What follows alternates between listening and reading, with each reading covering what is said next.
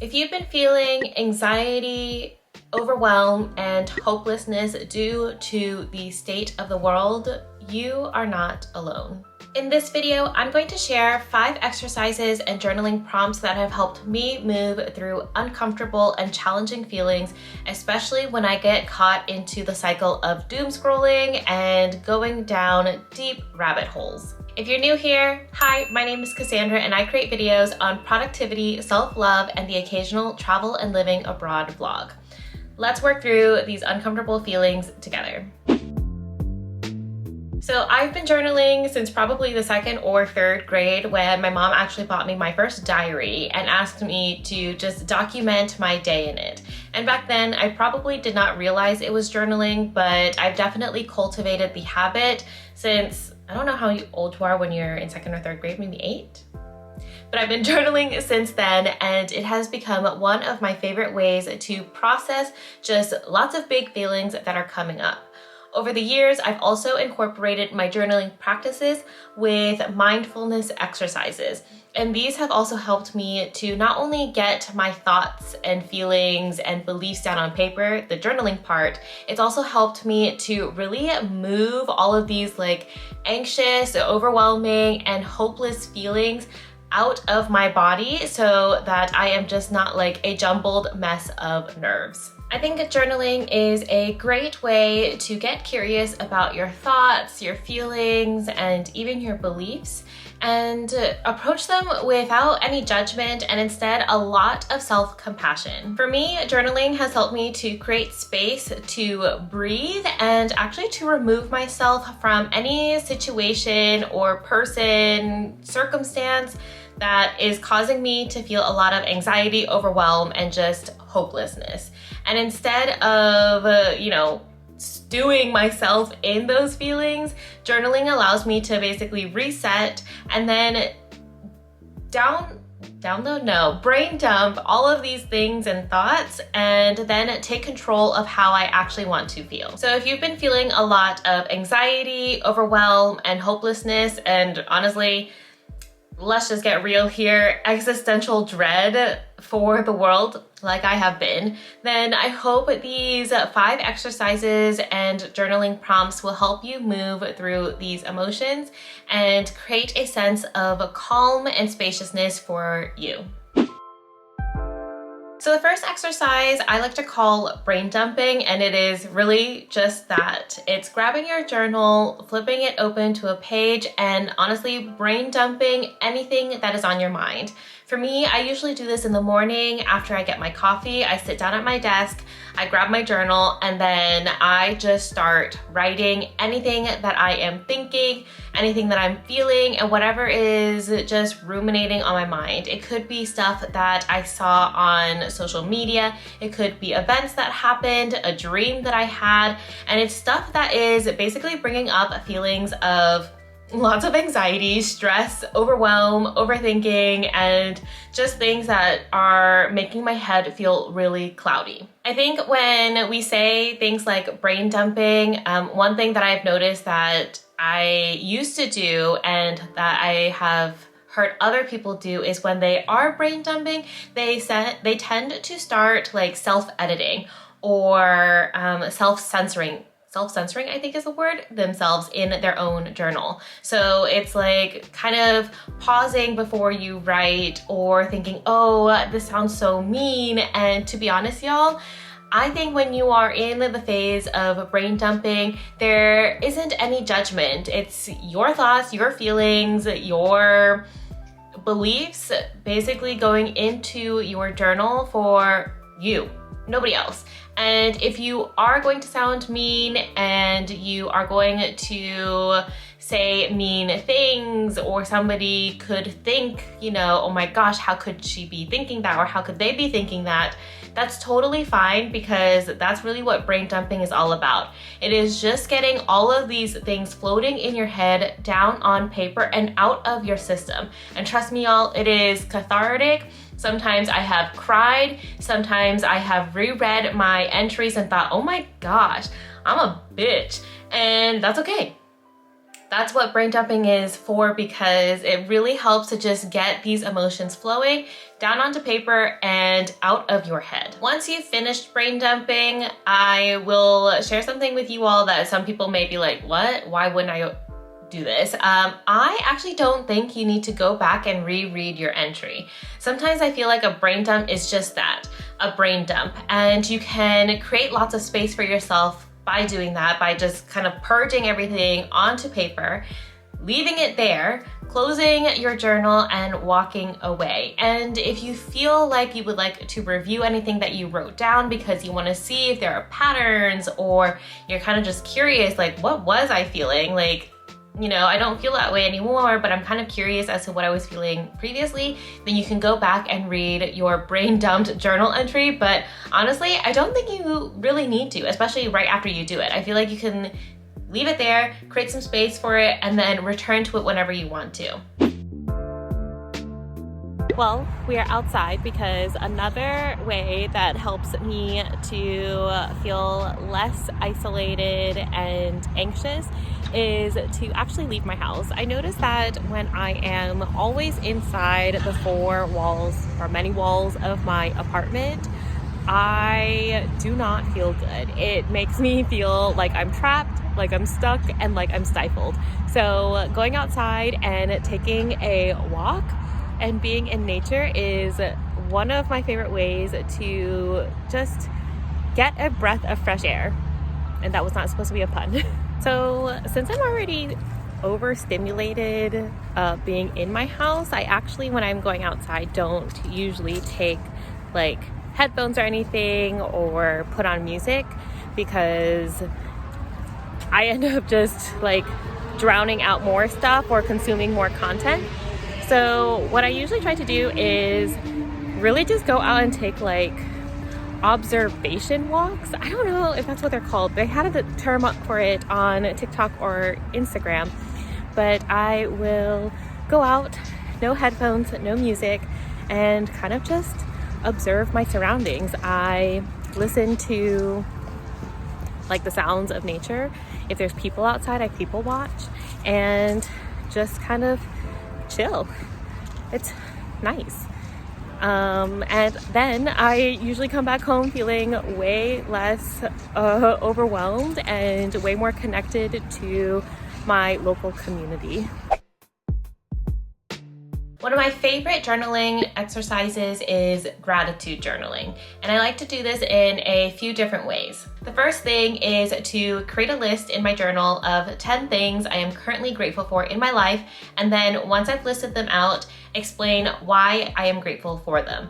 That exercise always helps me to just really bring up feelings of gratitude, of course, but then also abundance and joy, and it really shifts my perspective, because most of the time when I'm feeling hopeless and overwhelmed, I feel really isolated and alone, and when I am creating that list of 10 things I'm grateful for, it just kind of shifts my perspective that, oh, I have more than I realize, and there are a lot of things in my life that actually bring me joy and make me happy. The other way that I like to do gratitude journaling is combining it with art. Now, I feel like instead of talking to the camera and kind of like, you know, explaining it with words, I'm gonna walk you through exactly how I do my gratitude journaling incorporating art. So let's jump into my art journal so you can walk through this with me. Hello, we are going into my art journal / junk journal, and we are going to be journaling on a gratitude bouquet. So I have a couple different activities that I like to do to incorporate gratitude in art, and one of them is to draw a gratitude bouquet. Well, really just a bouquet. And then in each of the flowers, and really just within the bouquet itself, I like to list out my gratitudes. So this is different than the 10 lists, because usually with the 10 gratitude list, I share why I feel grateful for something. And since this is already incorporated with art, I find that I don't really have space to be writing why. So this is more just like a nice list of things that I am grateful for. It could be people, situations, it could be things related to sunlight, colors, whatever it is, I kind of just write it in with these flowers.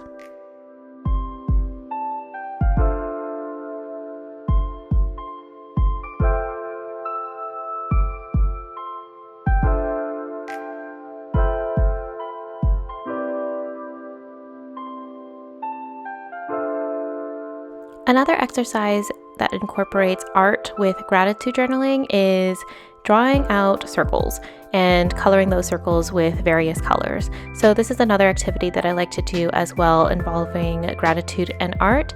And I draw various sizes of circles in my journal, color them in, and then within those circles, I will write out all of the things that I am grateful for. One gratitude piece for each circle. And if I have space, because some of the circles are bigger than others, that's when I will be writing why I feel grateful and how I can bring more of that into my life. Back to this gratitude bouquet though, I kind of just started filling in the spaces because I wasn't sure what flowers to draw, and I think I definitely had like a different idea in my mind of how big the flowers would be. And now I'm just penciling in, well, really writing in all of the different pieces of gratitude that I have. And here is my gratitude bouquet. I had a little bit of space below, so I just journaled a little bit on what I am feeling grateful for and how I can bring more of that into my life.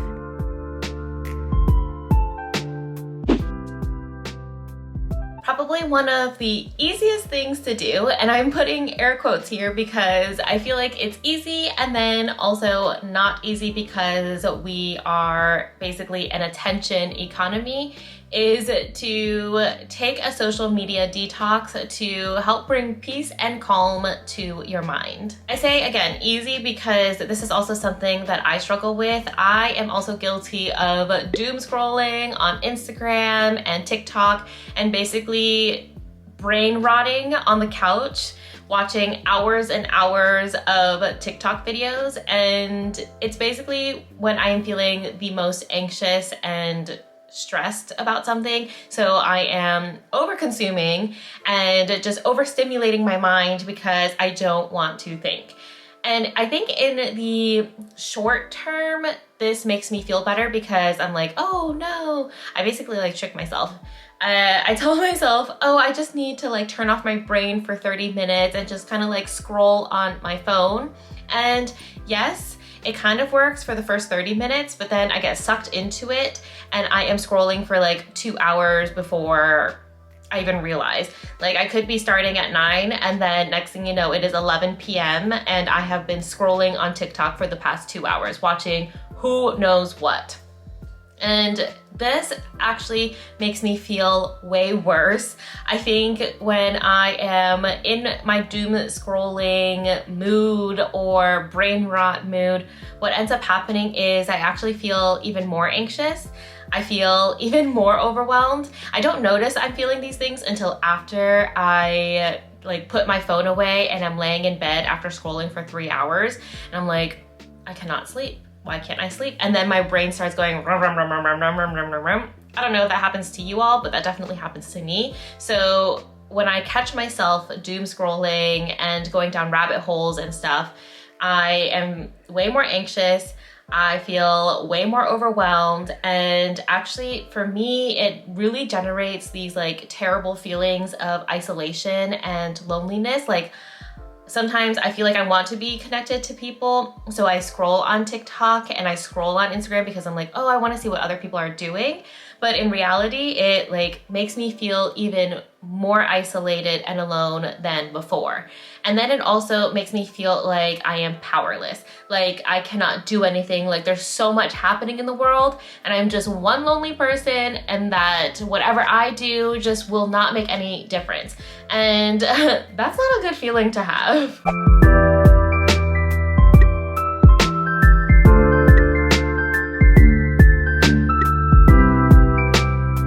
a day or a few hours of being off of social media, I actually notice a huge difference in how I respond to things. I feel way less anxious, I don't feel so isolated and alone, and I actually feel like I can show up and do things. For my mind is actually at peace. It doesn't have, I don't know if this happens to you all, but this happened to me when I was younger, when I would watch so much TV that like my brain and just head felt so much like pressure in it, like in the front, in my forehead area. I just felt like it was just, I don't know how to describe it. I'm like, it was overconsumption and overstimulation. And when I am in my social media detox, even if it's just for like an hour or 2 hours or something like that, my brain doesn't feel overstimulated, and I actually feel like I can take action to do things. I actually show up for myself, I show up for other people, and I feel way more connected when I'm not in my phone and actually out doing something. I learned this practice from a previous coach I had, Jalinda Johnson, who taught me that when there's a lot of pent-up energy in your body, the best thing to do is to move. This can be exercising, dancing, walking, Pilates, yoga, anything. Just moving your body. When I notice I have big feelings in my body, this usually shows up in the following ways.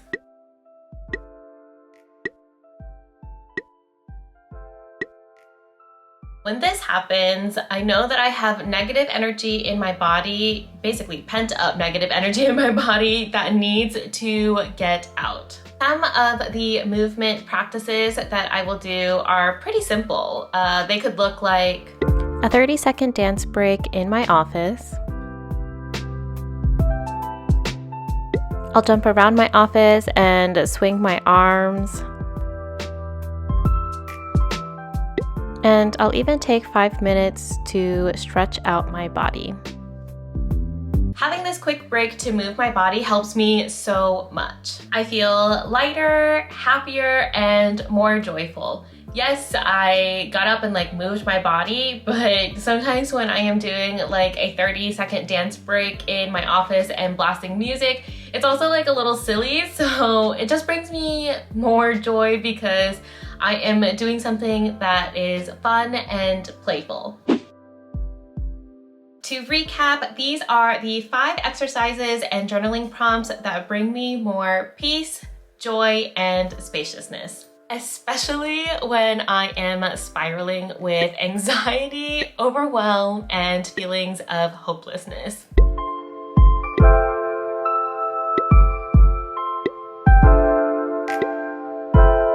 Let me know in the comments which activity was your favorite, or if you have your own activity that you return to that helps you bring more peace and spaciousness into your life. Also, let me know in the comments if you liked these, or if you liked this type of video and you want more videos like this with actionable tips. I hope you are able to disconnect from the noise and reconnect to a moment of peace and calm to create more spaciousness in your own life. I will see you all in the next video, and until then, stay fierce fam, and ciao.